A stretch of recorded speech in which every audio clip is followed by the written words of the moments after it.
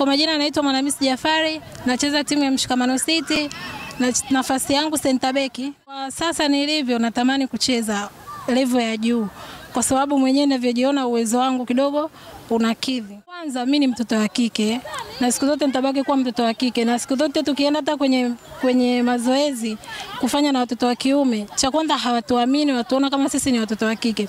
Lakini kwa sababu mwenyewe najiamini, naamini kitu ambacho nakifanya naweza nikafanya naye, nikaonyesha uaminifu wangu, nikafanya naye vizuri, nikamaliza. Changamoto ambayo napitia kwenye timu zipo tu mbalimbali za kawaida, lakini kiufupi namshukuru maticha wetu wanatusaidia kwa kila hali, tupo naye pamoja kwa kila hatua.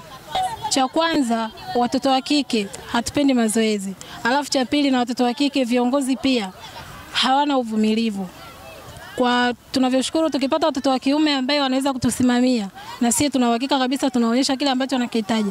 Siku zote mwalimu anachokuelekeza ukimfanyia ana uwezo kukusimamia kwenye kila kitu. Kwa hiyo watoto wa kike kinachotushinda ndio hicho, sio kwa viongozi, sio kwa wachezaji, ni uvumilivu. Naomba wadhamini watudhamini tucheze mashindano mengi kwa sababu watoto wa kike tunajisahau sana.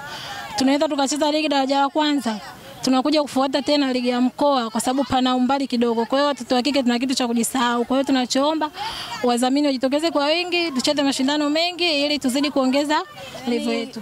Kiufupi, timu yoyote kubwa siwezi kuchagua kwa sababu sijui riziki yangu iko wapi, ila ni timu yoyote ile kubwa natamani kucheza.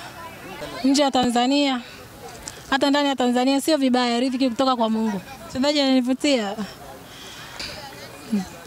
kwa Tanzania kwa sababu siendi sana mipira ya nje, sifuatilii sana. Kwa ndani, mchezaji ambaye ananivutia Tanzania, naweza nikachukulia tu mfano mfupi Aisha Masaka, Clara.